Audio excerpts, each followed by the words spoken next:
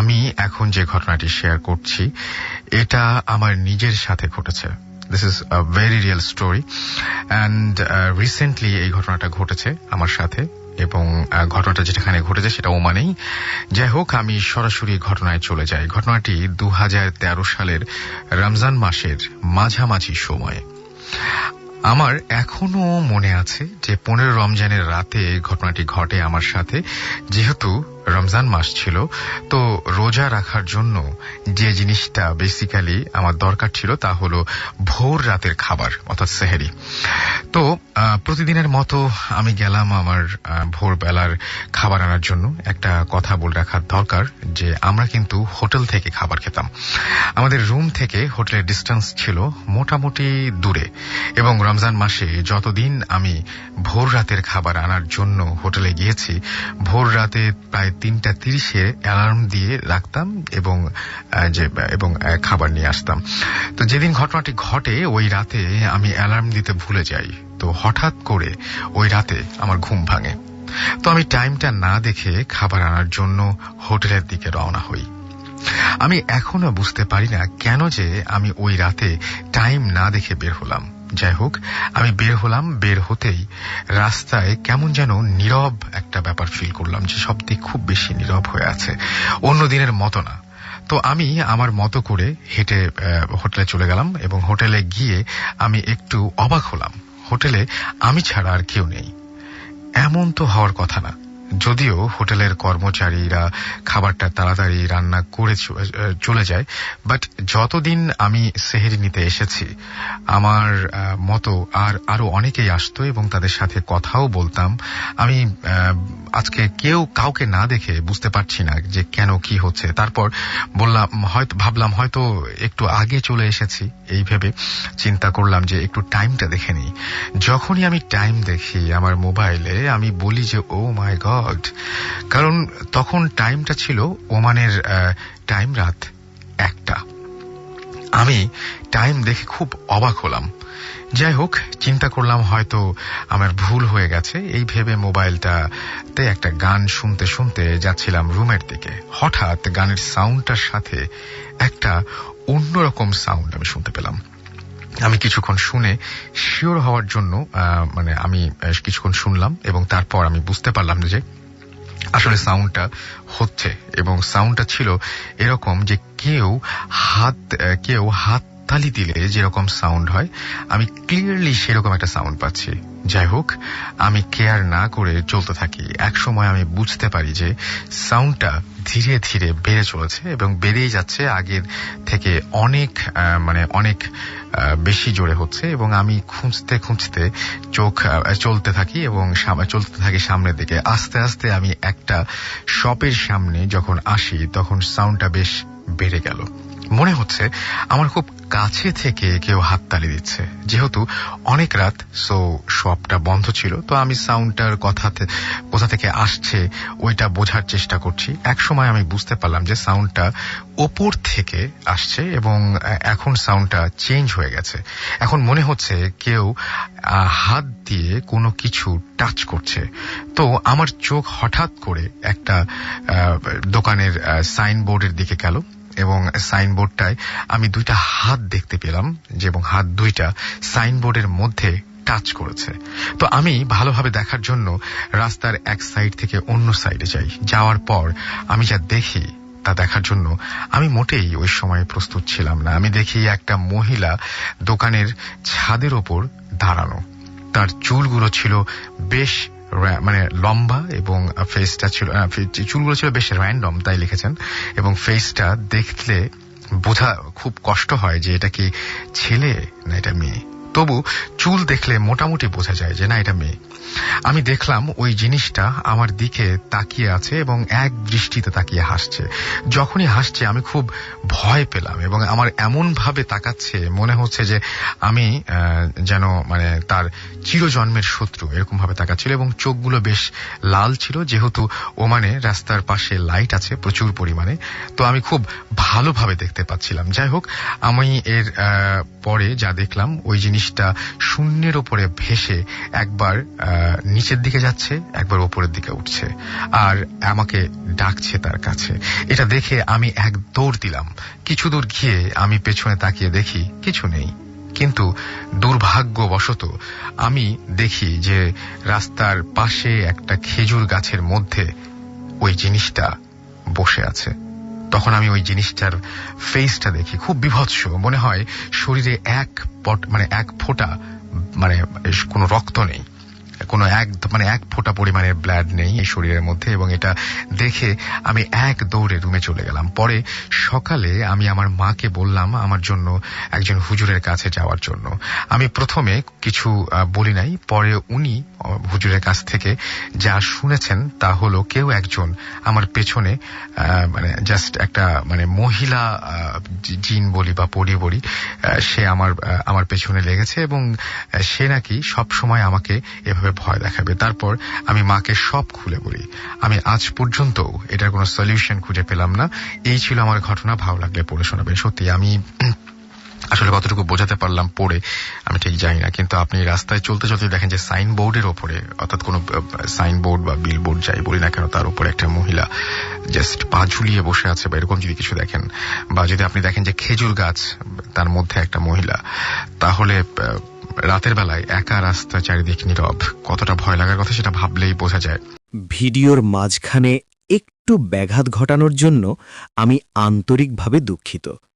আসলে এই ধরনের রহস্যময় ঘটনাগুলো খুঁজে বের করতে আমাদের প্রচুর পরিশ্রম করতে হয়।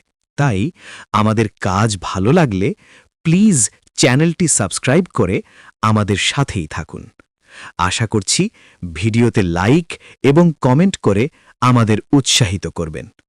চলুন আবারও সেই ভয়ের ঘটনায় ফিরে যাই। নামটা প্লিজ বলবেন এবং আপনি জানিয়ে দেন যে আপনি ওই সময়, যে সময় আপনি ঘটনাটা বলবেন সে সময় আপনি কি করতেন। আমি রাসেল খান, মাদারীপুর থেকে এসেছি। আমি আমার 3টি অ্যাম্বুলেন্স ছিল, অ্যাম্বুলেন্সের ব্যবসা করতাম। ঢাকা মেডিকেলে আমার 2টি অ্যাম্বুলেন্স ছিল, ওইখানে আমি অ্যাম্বুলেন্সের ব্যবসা করতাম।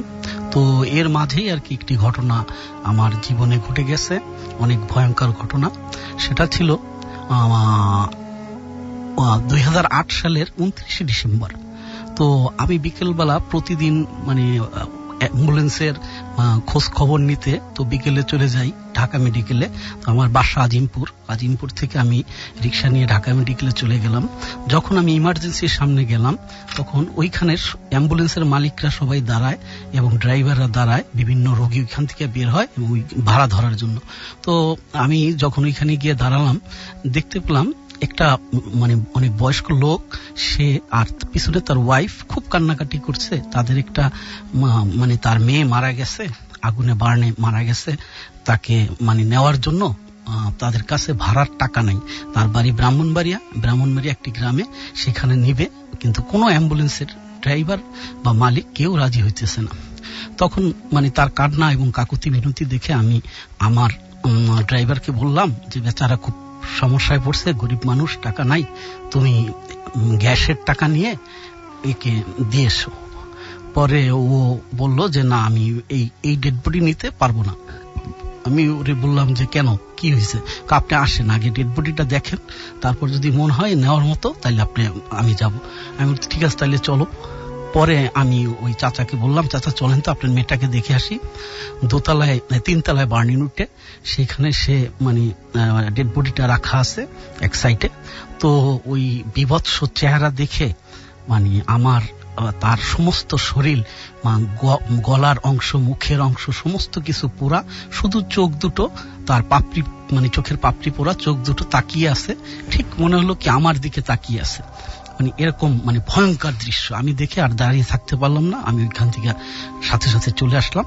তারপরে ওর মা এবং বাবা আমার পিস আর ছাড়লো না, যে বাবা দয়া করে আমার মেয়ের ডেড বডিটা একটু দিয়ে আসেন। আমি আমার কাছে টাকা নাই, আমি খাইতে পারতেছি না, দুপুরের ভাত খাই নাই। এরকম অনেক কান্নাকাটি করার পর আমি আমার ড্রাইভারকে বললাম যে তুমি আমার তরফ থেকে 500 টাকা নাও, আর ওনাদের গ্যাসের টাকাটা নিয়ে ওনাদের দিয়ে আসো। তো ও বললো যে ভাই আমি একা যাইতে পারবো না, আপনার আর এক গাড়ির যে হেল্পার আছে ওরে আমার সাথে দেন। তো আমি বললাম যে ঠিক আছে, তাইলে তুমি ওরে নিয়ে যাও, ওরে নিয়ে তুমি এই ডেড বডিটা নিয়ে চলে যাও। পরে ও বলল ঠিক আছে তাইলে আমি যাচ্ছি। এই ঘটনা শেষ। আমি ইমার্জেন্সির ওইখানে সন্ধ্যা বন্ধ থাইকা চলে আসলাম। আসার পরে আমি ঢাকা মেডিকেলের নার্সিং ইনস্টিটিউট, হয়তো আপনারা চিনবেন, ওইখানে একটি বট গাছ আছে, ওইটার নিচে আমরা বসি, মালিকরা প্রায় সবাই বসে। তো এখানে বসে আমি বলতেছিলাম যে আসলে ঢাকা মেডিকেলে এতদিন আসলাম, 2 বছর হয়ে গেল ব্যবসা করতেছি, এখনো লাশ কাটা ঘরে কখনো যাইনি। তো আমার এক মালিক উনি বললো যে লাশ কাটা ঘরে যাননি, কোন কি এত বছর হয়ে গেল, তো যান, চলেন। আমি বলছি চলেন যাই। তো ওইখানে ওরা বললো একটু পর যাই, ওই কাসেম মামারে ডাইকা নিয়ে আসি, যে আর কি লাশঘাটা ঘরের ওই বিভিন্ন ইটি নিয়ে দেয়, বয় বলে আর কি ওদেরকে। তো কাসেম মামা আসুক, ওর সাথে যাব। পরে আমি বললাম ঠিক আছে তাহলে থাকি। তো 9টার দিকে, তখন রাত্রি 9টা, অনেক ঠান্ডা, শৈত্যপ্রবাহ চলতেছে, ঘুরঘুর বৃষ্টি হচ্ছে হালকা হালকা। তো আমরা 9টা 9:30টার দিকে ওই লোকটাকে ডাকলো, কাসিম মামা তাকে ডাকলো। সে তাকে বললো যে এই আমার বন্ধু একটু ভিতরে যাবে, লাশকাটা ঘর দেখবে, তুমি একটু সাথে করে নিয়ে যাও। পরবর্তীতে ওই কাসিম মামা বললো আসেন মামা, আসেন, আমার সাথে আসেন। পুরান ঢাকার লোক, ওরা ওই মেডিকেলেই থাকে, 4র্থ শ্রেণীর কর্মচারী। তো আমাকে নিয়ে গেল, নিয়ে সামনে যাইতেই আমি দেখি আমার সেই ড্রাইভার ওইখানে দাঁড়াই রয়েছে। তো আমি বললাম তুই যে কি করস, তুই এখনো যাস নাই? বলতেছে যে না ভাই, যে কি একটা কাগজে সই করা লাগবে, ডেড বডি তো উঠাইছি, ওই কাগজে সই করা লাগবে, এই জন্য এই জায়গায় আসছি। আমি ও আচ্ছা, তাহলে আয় তো, আমি একটু লাশ কাটা ঘরে ঢুকবো দেখতে, চলেন চলেন। তো ওর সাথে আমি গেলাম। যাওয়ার পরে ও দরজা খুলে দেয়, আমি আস্তে ভিতরে ঢুকি। তো ওই যে কাসেম মামা বয়, ও ওইখানে যে কাজ করে, তাকে বলতেছে যে মামা, সাইন মামার বন্ধু একটু দেখবে, আপনি একটু দেখান। আমি যখন একটু ভিতরে তাকিয়ে দেখি সেই মেয়েটি, সেই ডেড বডিটি আমার দিক একদম খুব করে তাকিয়ে আছে। তো আমার সমস্ত শরীর একদম অবশ হয়ে যায়। আমি পিছনে ঘুরেই সোজা বাইরের দিকে আটতে থাকি। পিছনের দিক তাকানোর সাথে সাথে দেখি পিছনে আমার ড্রাইভারও নাই, সেই কাসেম মামাও নাই।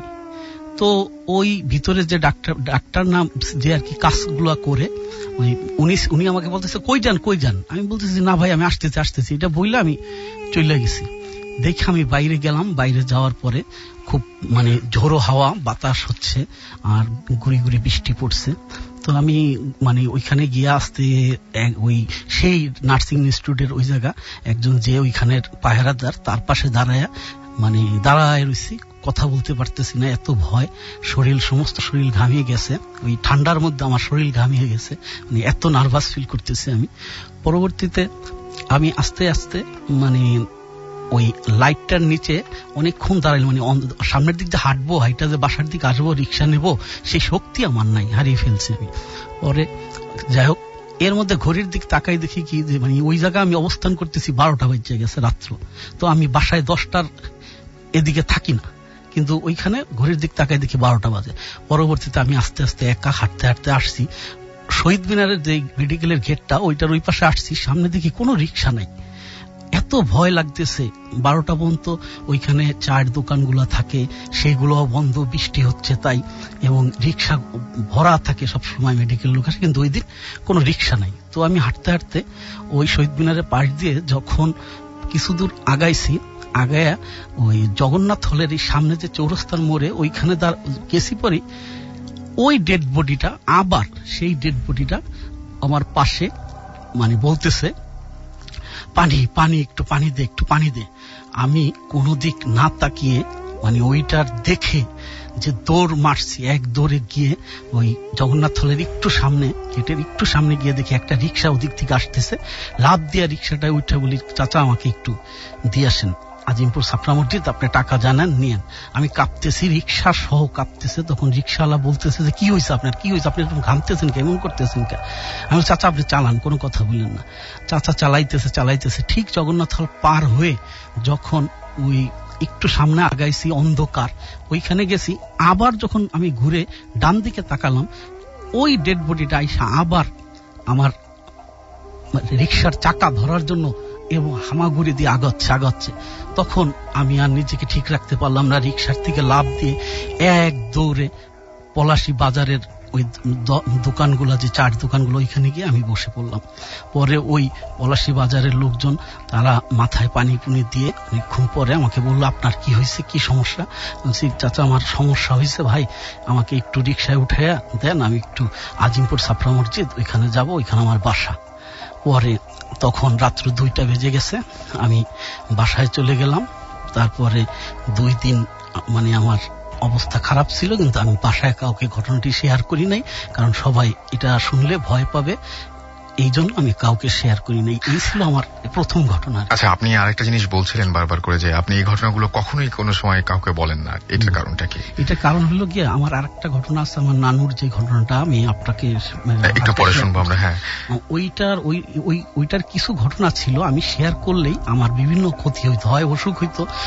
এমন একটা সময় হয়েছিল যে আমার হাত পা মানে অবশ হয়ে গেছিল অনেক দিনের জন্য। তারপর ঢাকায় এসে চিকিৎসা করানো লাগছিল। আমি মানে আমার নানুর জীবনের এই জিন নিয়ে বাস্তব ঘটনা, অনেক ঘটনা, যেগুলার মানে সম্পূর্ণ সাক্ষী আমি, যেগুলো আমি সরাসরি দেখেছি এবং সরাসরি উপলব্ধি করেছি। আসলে মানে যারা বলে যে এইটুকুলা কিছু নাই, কিন্তু যার জীবনে ঘটে সে জানে আসলে এটা কি। আচ্ছা, ঠিক আছে, আমরা আপনার কাছে আবারও ফিরে আসবো। আমরা এখন সরাসরি ঘটনায় যাব। ধন্যবাদ রাসেল ভাই আপনাকে। আসসালামু আলাইকুম লিসেনার্স, আমি দিনার, আমি এসেছি লালবাগ থেকে। রাসেল ভাই, আমি এখন যার ঘটনা শেয়ার করছি তার নাম হচ্ছে আব্দুর রৌফ। তিনি পেশায় একজন নাইট গার্ড। তো ঘটনাটা শুরু হয় ওনার ছোটবেলা থেকে, সেটা আজ থেকে প্রায় 50 or 55 ইয়ার্স আগে। ঘটনাটি মাদারীপুর জেলার কোন একটি জায়গায় ঘটে।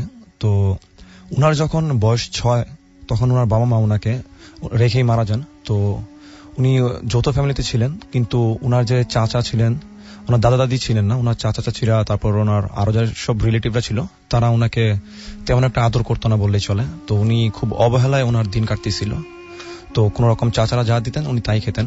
তো একদিনকার সকালের ঘটনা, উনি ঘুম থেকে উঠে দেখেন যে উনি যে রুমটায় থাকতেন, তো উনি দেখলেন ওনার রুম থেকে বেরিয়ে যে ওনাদের উঠানে 3টা পিতলের কলস, এবং 3টা কলসই মুখ লাল একটি কাপড় দিয়ে মানে বাঁধা ছিল। তো উনি কাছে গেলেন, কাছে গিয়ে ভাবলেন যে কে এসে রেখে গেছে এখানে, নাকি কেউ ভুলে এসে রেখে গেছে। উনি এটা দেখার জন্য সামনে যান। তো সামনে গিয়ে উনি একটা কলসের মুখ খুলেন। তো একটা কলসের মুখ খুলে উনি যেটা দেখলেন সেটা হচ্ছে যে অনেকগুলো পয়সা দিয়ে ভর্তি। তো উনি এটা দেখার পর একটা পয়সা যখন উনি হাতে নিতে গেলেন, তখন সেই কলসের ভিতর থেকে একটি সাপের মতো বের হলো। তো এটা দেখে উনি সেখানে খুবই ভয় পায়, এবং ভয় পেয়ে উনি সেখানে সেন্সলেস হয়ে যায়। তো যখন ওনার জ্ঞান ফিরে, তখন উনি নিজেকে রুমে আবিষ্কার করেন। তখন ওনার চাচারা ওনাকে জিজ্ঞেস করে যে কি হয়েছিল, তোমাকে এরকম উঠানে অজ্ঞান অবস্থা পাইছি আমরা। তখন উনি সবাইকে বলে যে আমি এরকম 3টা পিতলের কলস দেখছি সেখানে, কিন্তু ওনারা সবাই বলে যে আমরা তো কোনো পিতলের কলস টলস দেখতে পাইনি, এসব কি বলতেছো। তো রাসেল ভাই, এটা দেখার পর থেকে উনি কিছুটা অসুস্থতা বোধ করতে লাগলেন, এবং তার কয়েকদিনের মাথায় তার মানে গুটি বসন্ত, যেটা চিকেন পক্স, তো ওনার সারা শরীরে ভরে গেল। তো এমন একটা অবস্থা হয় যে যেহেতু ওনার বাবা মা ছিল না পৃথিবীতে, তো উনি খুবই খারাপ একটা অবস্থায় ছিলেন। তো ওনাকে দেখার মতো কেউ একজন ছিল না। তো এভাবে ওনার দিন যেতে থাকে। তো এক সময় ওনার চাচা চাচিরা সবাই সিদ্ধান্ত নেয় যে ওনাকে তো আর এভাবে মানে রাখা যায় না, আর ওনার দেখভাল করার মতো কেউ নাই। তো গ্রামের কয়েকজন মিলে সবাই তাকে সিদ্ধান্ত নেয় যে তাকে মানে উনার এমন অবস্থা ছিল যে উনি মানে সবাই তার মানে বেঁচে থাকার আশাই ছেড়ে দিয়েছিলেন। তো সবাই ভাবলেন যে ওকে কোথাও রেখে আসি। তো ওনাদের বাড়ির পাশে একটা আম বাগান ছিল। তো উনার চাচারা মিলে সবাই মিলে ওনাকে ধরে সেখানে গিয়ে রেখে আসে। তো যখন ওনাকে রেখে আসে, তো এর আগে ওনার গা থেকে খুব বিশ্রী গন্ধ বেরোচ্ছিল। তো উনি একেবারে নড়াচড়া করার মতো একটা অবস্থা ওনার ছিল না। তো উনাকে যেদিন বিকেলবেলা সেখানে সে আম বাগানের ভিতরে রেখে আসা হয়, তো সবাই তাকে রেখে চলে আসে। তো চলে আসার পর উনি বলল যেটা, যে উনি সেদিন রাতে লক্ষ্য করলেন যে একটা মহিলার মতো কেউ একজন তার পাশে মানে একটা ঘটি বা পাত্র, পানির পাত্র নিয়ে আসে তাকে মানে শোয়া অবস্থা থেকে উঠিয়ে তাকে পানি পান করাচ্ছে। তো উনি ভাবলেন যে পরিচিত কেউ, কিন্তু উনি একটু লক্ষ্য করলেন যে না, এখানে তো ওনার পরিচিত কেউ আসারই কথা না, কারণ ওনাকে দেখার মতো কেউ এখানে নেই। তো উনি সেই দিন যায়। তো তার পরের দিন সেম একই সময় সেই মহিলাটা আবার আসে। তো আবার এসে তাকে পানি পান করায়। তো এরকম 2 দিন যাওয়ার পর রাসেল ভাই উনি কিছুটা সুস্থতা বোধ করলেন। তো সুস্থতা বোধ করার পর উনি সেখান থেকে হেঁটে বাসায় চলে আসেন। তো এটা দেখার পর ওনার চাচা চাচি যারা ছিল সবাই খুব অবাক হয় যে ও কিভাবে হেঁটে ওইখান থেকে চলে আসলো।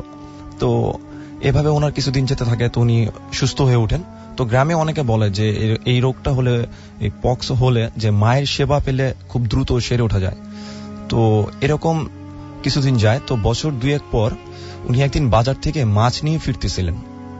তো মাছ নিয়ে ফেরার সময় খুব বৃষ্টি আর ঝড় শুরু হয়। তো তিনি বৃষ্টি দেখে উনি রাস্তার পাশে একটা মসজিদ ছিল, সেই মসজিদের ভিতরে গিয়ে দাঁড়িয়ে থাকেন।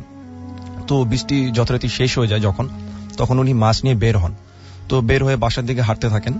তো উনি লক্ষ্য করলেন যে হাতে যে ওনার মাছ দুটো ছিল, তো ওটা পিছন দিক থেকে কেউ ধরে টান দিচ্ছে, এবং উনি সম্পূর্ণ বুঝতে পারলেন যে এটা পিছন দিক থেকে কেউ টান দিতেছে। তো যখন উনি এটা দেখলেন, খেয়াল করলেন, তখন উনি পিছনে ঘুরে তাকিয়ে দেখলেন যে পিছনে কেউ নেই এবং ওনার আশেপাশে কেউ নেই, এবং রাস্তাটা ছিল জনমানব শূন্য। তো উনি অনেক দূর হাঁটার পর জাস্ট উনি ওনার সাথে এরকম আরো কিছু ঘটনা ঘটতেছিল। তো উনি একটা সময় লক্ষ্য করলেন যে ওনার পাশে যে চকের মতো একটা জায়গা ছিল, যেখানে ফসলি ক্ষেতের মতো। তো ওই জায়গাটা উনি দেখলেন যে রাসেল ভাই বিশাল বড় একটি নৌকা, পাল তোলা একটা নৌকা, কোনো মাঝি নেই সেটাতে, এবং সেই নৌকাটা সেই ক্ষেতের উপর দিয়ে চলে যাচ্ছে। তো তখন কোনো বাতাসও ছিল না, কিন্তু উনি যেটা বললো যে এটা অসম্ভব একটা ব্যাপার, এবং সেখানে কোনো পানি ছিলই না, এবং ক্ষেতের উপর দিয়ে যখন এটা চলে গেল নৌকাটা, তো উনি খুবই ভয় পেয়ে যায় সেখানে। তো উনি ভয় পেয়ে সেখানে দাঁড়িয়ে যায়। তো রাসেল ভাই ওই সময় উনি দেখলেন যে সেখানে কোত্থেকে যেন একটা ঘোড়া আসে ওনার কাছে। তো উনি খুব অবাক হয়ে ওখানেই ঘোড়াটার দিকে তাকিয়ে থাকেন। তো এবং তখন উনি লক্ষ্য করলেন যে পিছন দিক থেকে একটা মহিলার মতো কেউ একজন আসতেছে। তো উনি মহিলাটাকে দেখে একটু সাহস পেলেন যে কেউ একজন আসতেছে, একসাথে হেঁটে যাওয়া যাবে। কিন্তু উনি অনেকক্ষণ দাঁড়িয়ে সেখানে ওয়েট করার পরও দেখলেন যে উনি মহিলাটাকে যত দূরে দেখছেন কিছুক্ষণ আগে, উনি সেই জায়গাটায়, কিন্তু উনি যে ওইখানে থেমে আসেন, কিন্তু উনি ওনার কাছে আর আসতেছেন না। তো উনি জাস্ট বাসার দিকে রওনা দিলেন তখন যে ঘোড়াটা আসলো সেখানে, তো ওই ঘোড়াটা তার সাথে তার বাসা পর্যন্ত আসে, এবং মহিলাটাকেও তিনি বারবার পিছনে ঘুরে ঘুরে তাকিয়ে দেখতেছিলেন যে মহিলাটাও তার পিছু পিছে হেঁটে আসতেছে তার সাথে বাসায়। তো উনি যখন বাসায় চলে আসে, তো বাসায় এসে উনি মাছগুলো রেখে যখন বাইরে হয় ঘোড়াটাকে দেখার জন্য, তখন রাসেল ভাই সেখানে কোনো ঘোড়াও ছিল না আর কোনো মহিলাও ছিল না। আর লাস্ট যে ঘটনাটা ওনার সাথে ঘটে, উনি এখন যেখানে কাজ করছেন সেটা হচ্ছে বামনসুর নামের একটা জায়গা, নদীর ওই পার। তো সেখানে উনি নাইট গার্ডে ডিউটি করেন। তো উনি একদিন রাতে ডিউটি দিচ্ছিলেন, 1টা কি 1:30 হবে এরকম একটা সময়। উনি রাসেল ভাই ডিউটি করার সময় একটা সময় লক্ষ্য করলেন যে রাস্তাটার মধ্যে দূরে একটা মহিলার মতো কেউ একজন দাঁড়িয়ে আছে। তো উনি এরকম অনেক দেখে যে রাস্তাতে কেউ হেঁটে যাচ্ছে, তো উনি আর কিছুটা খেয়াল করেন। উনি ওই দিকটায় হাঁটতেছিল আর বাঁশি বাজিতেছিল। তো ওনার হাতে টর্চ লাইট ছিল, তো উনি টর্চ মারতেছেন বিভিন্ন জায়গায় দেখার জন্য। তো উনি যখন একটু কাছাকাছি গেলেন, তখন দেখলেন যে মহিলাটাকে উনি দেখলেন যে বিভৎস একটা চেহারা নিয়ে দাঁড়িয়ে আছে, এবং তার হাত দিয়ে এবং তার পা দিয়ে রক্ত পড়তেছে। তো এবং উনার দিকে আসতেছে, তেরে উনার দিকে আসতেছে। তো উনি দেখলেন যে ওই যেখান দিয়ে হেঁটে আসতেছে মহিলাটা, তার ওই জায়গাটায় রক্ত পড়েছিল। তো এটা দেখার পর রাসেল ভাই উনি খুব ভয় পায়। তো উনি ভয় পেয়ে নিজে নিজে আশেপাশে যারা ছিল তাদেরকে ডাকতে শুরু করলেন যে এখানে কে আছেন দেখেন, আর উনি খুব বাঁশি বাজাতে লাগলেন। তো তখন উনি তার পিছন দিক থেকে কারো হেঁটে আসার শব্দ পেলেন। তো যখন তিনি তার পিছন দিক থেকে কারো হেঁটে আসার শব্দ পেলেন, তখন তিনি পিছে তাকিয়ে দেখলেন ওই যে মহিলাটিকে, যাকে তিনি ছোটবেলায় দেখছিলেন আমবাগানের ভিতরে এবং যেদিন মাছ নিয়ে ফিরতেছিলেন, সেই মহিলাটি তার পিছন দিক দিয়ে হেঁটে আসতেছে। এটা দেখার পর রাসেল ভাই যখন উনি সামনে ঘুরে টর্চ ফেলে, তো সামনে ঘুরে দেখে যে বিভৎস চেহারার মহিলাটিকে উনি সামনে দেখছিলেন সেটা নেই। তো এটা দেখার পর উনি আবার পিছনে ফিরে তাকান, এবং পিছনে ফিরে তাকিয়ে দেখেন যে পিছনে যে মহিলাটাকে তিনি দেখছেন একটু আগে, সেই মহিলাটা ওনার সাথে নেই। তো এটা দেখার পর আসলে উনি খুবই ভয় পান। তো উনি অনেক যারা জিন তারায় বা এরকম যেসব বুজুর্গ লোক আছে, উনি তাদেরকে কাছে গিয়ে বলেন ঘটনাগুলো। তারা কেউ তার কোনো সলিউশন দিতে পারেনি, এবং কেউ বলেনি যে তার সাথে কোনো খারাপ জিনিস বা ভালো জিনিস আছে কিনা। কিন্তু রাসেল ভাই উনি প্রায় সময় এই মহিলাটিকে দেখতে পায়, এবং আমি যদি রাসেল ভাই কখনো সুযোগ পাই ওনাকে নিয়ে আসবো। ওনার সাথে এই মহিলা নিয়ে আরো কিছু ঘটনা আছে। অনেক ধন্যবাদ আপনাকে। আমরা চলে যাব আমাদের প্রথম অতিথির কাছে, তার পরবর্তী ঘটনায়। আপনার নামটা একটু প্লিজ বলবেন আরো একবার। আরেকবার বলতে হবে আপনার নামটা। আমি রাশিদুজ্জামান খান রাসেল, মাদারীপুর থেকে এসেছি। তো আমার এখন যে ঘটনাটা, আমাকে আপনার একটা প্রশ্ন ছিল, ডক্টর সারওয়ার করেছিলেন। লাস্টটা শেষ পর্যন্ত পৌঁছানো হয়েছে এবং ভালোভাবে পৌঁছে দিয়ে আসছে ড্রাইভাররা। পরের দিন আমার সাথে দেখা করেছে। ওকে, আমরা দ্বিতীয় ঘটনায় চলে যাই। দ্বিতীয় ঘটনাটি আমার নানুকে নিয়ে, আমার নানুর ঘটনা সম্পূর্ণ। এই ঘটনাটি আমার পরিবারের যারা আছে মানে তারা সবাই কম বেশি জানে যে আমার 2 মেয়ে আজকে আপনার সঙ্গে এসেছেন। মাকটুন এবং অর্পা আমার সঙ্গে আসছে। আমার মানে অনেক মামাতো ভাই, খালাতো ভাই সবাই এই ঘটনাগুলা শুনছে এবং মানে শুনতেছে এখন রেডিও ফুর্তিতে। সবাইকে আমি শুভেচ্ছা জানাচ্ছি এবং সকল লিসেনারকে নতুন বছরের শুভেচ্ছা জানিয়ে আমি আমার ঘটনায় চলে যাচ্ছি। তখন আমি ক্লাস 10-এ পড়ি। তো আমার নানু তাকে নিয়ে পরীক্ষা শেষে মানে বেড়াইতে যায় তার দেশের বাড়ি সুরেশ্বর, যেটা শরীয়তপুর জেলায় হালইসার গ্রামে। তো ওইখানে যাওয়ার পরে একদিন রাত্রে আমার নানুর চাচি এবং নানুর ভাই দুজনে মানে আমার নানুকে নিয়ে ওই ভারে বসে, আর কি বলে এটা, ভারে বসে আল্লাহ আল্লাহ জিকির করে, অনেক মানে ভয় মানে জিকির করতে থাকে। এটা হলো জিন তাদের সাথে আনে আর কি, যেটাকে বলে। তো আমার নানু এটা জিকির করছে, হঠাৎ মানে আমার মানে ভয়টা শুরু হয়ে যায় যে হঠাৎ আমার নানু লাফ দিয়ে উঠে হি করে একটা প্রচন্ড শব্দ করে সে দাঁড়িয়ে যায়। তার চোখ দুটো মানে রক্তে লাল, এরকম দেখতে প্রচন্ড ভয়ঙ্কর। আমি ওইটা দেখে নিজ দিক করে আমি বসে যাই। তারপর ওরা আমার ওই নানা এবং নানুর চাচি তাকে অনেক প্রশ্ন করে। সে বিভিন্ন প্রশ্ন বলে যে আমি নদীর পাড়ে থাকি, রক্ত খাই, মোরগ খাই। তোমার এই বাল্যক যাকে মানে যার সাথে আসে তাকে বাল্যক বলে। এই বাল্যক তো আমাকে আগে অনেক মানে খাওয়াইতো, এখন খাওয়ায় না। এটার একটা ঘটনা আছে যে আমার নানুকে স্বপ্নে দেখাইতো আগে যে একজন হুজুর সে এসে বলতো যে তুই অমুক জায়গায় 2টা মুরগি, কালো মুরগি রাইখা দে। তো নানু আমাদের সাথে আলাপ করতো, নানার সাথে, আমার খালারদের সাথে। তারা বলতো তোমার যেহেতু স্বপ্নে দেখায় তুমি দিও।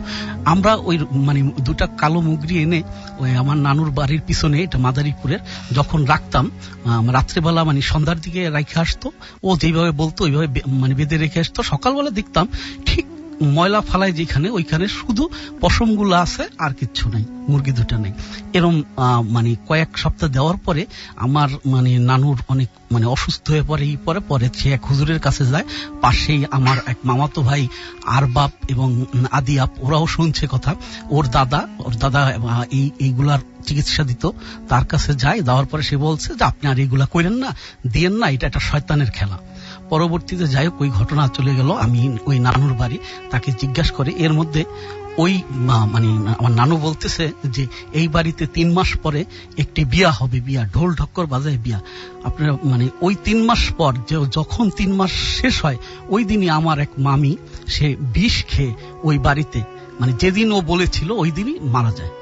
মানে বিষ খেয়ে সে আত্মহত্যা করে। আমার মামি, সেই মামি তখন ক্লাস 10-এ পড়তো, আমার মতোই, মানে আমিও 10-এ পড়তাম, মামিও 10-এ পড়তো। আমার মামা মানে বিয়ে করেছিল নতুন, 6 মাস হবে, ঠিক 3 মাস পর আমার নানি মারা যায়। তার মানে যা বলছিল সত্য হয়েছিল।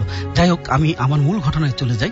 পরে আমার নানি যখন মানে এগুলো জিজ্ঞেস করছে, হঠাৎ আমার নানি মানে ভার চলে যায়, সে অজ্ঞান হয়ে পড়ে যায়। তো আমি মানে আমার খুব বাথরুম চাপে। তো গ্রামের বাড়ি, তো ঘরের পিছনে বিরাট একটা মানে বাগান, জঙ্গল, ওই জঙ্গলের এক সাইডে বাথরুম, একদম এক সাইডে। তো আমি আমার ওই নানাকে বলি, নানা আমি একটু বাথরুমে যাব। তো নানা আমাকে একটা হেরিকেন জ্বালিয়ে আমাকে নিয়ে যায় বাথরুমে, ওইখানে দিয়ে বলে তুমি ঢুকো, আমি সামনে আসি। তো আমি হেরিকেনটা বাইরে রেখে আমি বাথরুম শেষ করে আমি যখন বেরোই দেখি ওই নানা নাই, হেরিকেন ঠিক চলতেছে। তো আমি হেরিকেনটা নিয়ে একটু ভয়ে ভয়ে আগাইতেছি। যেই ঘরের সামনে আসছি দেখি আমার নানু বাইরে হাইটা যাইতেছে। তো এরকম অনেকবার হয়েছে আমার নানুর সাথে, যখন এটা ভার করে তখনই নানু ঘরের থেকে বাইরে দৌড়ে যায় গিয়া। তো আমরা পিছ থেকে তাকে ধরে রাখতাম। আমি ওই দিনই স্বাভাবিক মনে করছি নানু মনে হয় বাইরে যেতেছি গিয়া। তো আমি নানুর পিছ দৌড় দিলাম। দৌড় দিয়ে গিয়া নানুকে যখন ওই বাড়ির উপরে মানে সামনে একটা বড় রাস্তা, মাটির রাস্তা কাটছে, ওইটা এখন পিচ ঢালি হয়ে গেছে, আগে অনেক বড় রাস্তা ছিল। ওই রাস্তা থেকে নানুর বাড়ির থেকে রাস্তায় উঠতে অনেকটা উপরে উঠতে হয়।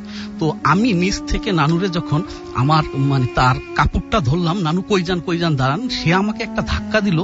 আমি উড়ে মানে ওই রাস্তার আরেক পারে গিয়ে পড়ে গেলাম। মানে এত শক্তি ছিল যে আমি কাপড়টা ধরে রাখছি, আমাকে এক টান দিয়ে ফালাই দিল। ফালাই দিয়া নানু ওই রাস্তা দিয়া নাইমা নদীর পার, ওইখান থেকে কিছু দূর আগাইলেই চারপাশে আখ খাত, ধান ক্ষেত, ওইটার মাঝখান দিয়া পথ। ওই নদীতে আমরা সবাই ওই বাড়িতে বেড়াইতে গেলে গোসল করি এবং ওই বাড়ি এবং এলাকার লোকজন ওই নদীতেই গোসল করে। তো তখন এত রাত্রে নানু হেঁটে হেঁটে ওই নদীর পারে চলে গেল, আমি তার পিছ পিছ মানে চিল্লাচিল্লি করতে করতে যাইতেছি। আমি যাইতে যাইতে দেখি নানু নদীর মাঝে মানে কিছু দূর হাইটা, ওই নদীর ভিতরে অনেক দূর হাইটা যাওয়া যাইত, মানে বুক পর্যন্ত পানি ছিল। তারপরে আবার বড় নদী, পদ্মা নদী অনেক বড়। তো ওই নদীর মানে কিছু দূর গিয়ে সে ডুব দেয় আর বড় বড় মাছ উঠায় আর মাছ খায়। আমি বাইরের এই পারে দাঁড়ায় এত চিৎকার করতেছি, সে করে কি কিছুক্ষণ পরে ডুব দেয়, উঠে একটা মাছ খায়, খায় আবার আমার ফিক্কা মাইরা বলে, এই তুই খা, তুই খা। আমি বলতেছি যে নানু আমি মানে সব লোকজন ডাককে আনবো, আপনি আসেন আসেন, এমন করেন না, আসেন আসেন। অনেকক্ষণ ট্রাই করতেছি কিন্তু সে আর আসতেছে না, সে খালি ডুব দেয় আর ওইটা করে। তখন দূর থেকে একটা নৌকা, বড় নৌকা আসতেছে। নৌকাটার এক মানে রাসেল ভাই নৌকার এক সাইডে যে ওরা রাত্রে সকালে ভাত রান্ধে এবং ওরা খায়, পরে পদ্মায় যায় মাছ ধরতে। তো ওই যখন আপনার ওই আগুন জ্বলতেছে দেখতেছে, তখন আমি নানুরে বললাম, ওই যে নৌকার লোক আসতেছে, ওইটা দিয়ে আপনার এখন ওই আগুন দিয়ে আপনার এখন ধরামো। এটা বলার সাথে সাথে নানু করলো কি আস্তে সুন্দরভাবে উঠা আমার পাশ দিয়ে আবার হাঁটা দিছে, মানে হাঁটতে হাঁটতে বাড়ির দিকে আসতেছে। তো আমিও তার পিছ পিছ হাঁটতে হাঁটতে বাড়ির দিক যাইতেছি। ঠিক যখন ওই রাস্তাটার কাছে গেছি, সে করলো কি মানে সে হলো হাঁটে, আমি হলো দৌড়াই। বিষয়টা এরকম, আমি পিছ পিছ দৌড়াই আর সে হলো হাঁটটা যায়, মানে সে এত স্পিড তার হাঁটায়। পরে ওই রাস্তার উপরে যখন উঠা আবার যখন নামতে গেছে, আমি একটু পিছনে। এরপর যখন আমি রাস্তার উপরে উঠছি দেখি কেউ নাই, কেউ নেই। আমি দৌড়ে গেছি, আস্তে আস্তে যাই ঘরের ভিতর যখন ঢুকলাম, ঘরে গিয়া দেখি রাসেল ভাই আমার যেই নানু ওই যে জিন তার উপরে ভার করছিল, তারপর সে ঠাস করে শুয়ে পড়ে, সেই নানু সেইভাবে আছে শোয়া, সেই জায়নামাজটার উপরে। তার গায়ে কোনো ভিজা পানি পুনি কিচ্ছু নাই। আমি একদম আমার শরীর, সমস্ত শরীর অপস হয়ে, মানে আমি আর কথা বলতে পারি না। আমি আস্তে মানে নেমে আমি তখন চিন্তা করি যে আসলে সে আসলো ভিজা নদীর থেকে ডুবাইয়া, তার এই অবস্থা। আমি অবাক হয়ে যাই। আমি আবার একটু পাশে ওই যেখানে তারা মানে গোসল করে আসা মহিলারা কাপড় পাল্টায়, ওইখানে আবার একটু হুকি দিয়া দেখতে যাই। দেখি যে ওইখানে কাপড় চোপড় কোনো কিছু নেই। এই আমি ঘরে আসলাম আর আমি অজ্ঞানের মতো হয়ে আস্তে পড়ে গেলাম। ওইভাবে আমি 2 দিন ছিলাম। পরবর্তীতে আমাকে তারা এত ডাকছে উঠানোর জন্য, আমি আর উঠতে পারি নাই। আমাকে মানে খাওয়ার জন্য ডাকছে, বিভিন্ন করছে তারা। এসে তুমি ভয় পাইছো নি জিজ্ঞাসা করতেছে, আমি কিছু বলার শক্তি আমার ছিল না ওইখানে। পরে আমার ওই জায়গা যে আমার নানু এরা সবাই যে ওইখানে জান শরীফ মৌলানার একটা দরবার শরীফ আছে, সুরেশ্বর পীরের বাড়ি বলে সবাই, ওইখানে আমাকে নিয়ে যায়। নিয়ে গিয়ে ওই জায়গা যখন একটা হুজুরের দিয়া ঝাড়ফুঁক করে এবং গোলাপ জল আছে ওইটা পইরা আমার গায়ে পানি মারে, তারপরে আমি ওই সাথে সাথে আমার শরীর ভারও চলে যায়, আমি সুস্থ হয়ে তারপরে আমি মাদারীপুর চলে এসেছি। এই ছিল আমার ঘটনা। সকলকে ধন্যবাদ। আপনাকে অনেক ধন্যবাদ। আমরা চলে যাব আরো একটি ঘটনায় এবং এই ঘটনাটি আমাদের সাথে শেয়ার করবেন ফারনান, এবং ফারনান এসছেন পুরান ঢাকা থেকে। তার কাছে আমি তার সেই ভয়ঙ্কর ঘটনাটা যেটা আমি শুনেছি আর কি, সেই ঘটনাটা শুনে ফেলি। হ্যালো লিসেনার্স, আমি ফারনান পুরান ঢাকা থেকে এসেছি। আর প্রথমেই রাসেল ভাই এবং মাসুম ভাইকে আমি জানাচ্ছি নতুন বছরের অনেক শুভেচ্ছা, এবং সেই সাথে রেডিও 40 যারা লিসেনার্স আছেন এবং ভূত এফএম যারা লিসেনার্স, তাদের সবাইকে জানাচ্ছি অনেক অনেক হ্যাপি নিউ ইয়ার। তো আজকে আমি সর্বপ্রথম যে ঘটনাটা শেয়ার করব সেটা হচ্ছে আমাদের পুরনো ঢাকার একটা ঘটনা, এবং একটা বাসার সাথে রিলেটেড এই ঘটনাটা। এবং এই বাসাটা এখন বর্তমানে কোথায় আছে সেটা এক্স্যাক্টলি আমি ঠিক জানি না, হয়তোবা সেটা শাঁখারীবাজার অথবা তাঁতীবাজারের কোনো একটা জায়গায় এখনো বাসাটা রয়েছে। কিন্তু বর্তমানে বাসাটা একটা 4 তলা বিল্ডিং, কিন্তু এর আগে বাসাটা একটা অনেক পুরনো একটা বাসা ছিল এবং সেটাকে ভেঙে তারা এখনকার অবস্থায় নিয়ে আসে। আর এই বাসার মালিক যে ছিল, এখনো অবশ্য মালিক আছে সেটার, উনি হচ্ছেন একজন পুরনো হিন্দু জমিদার।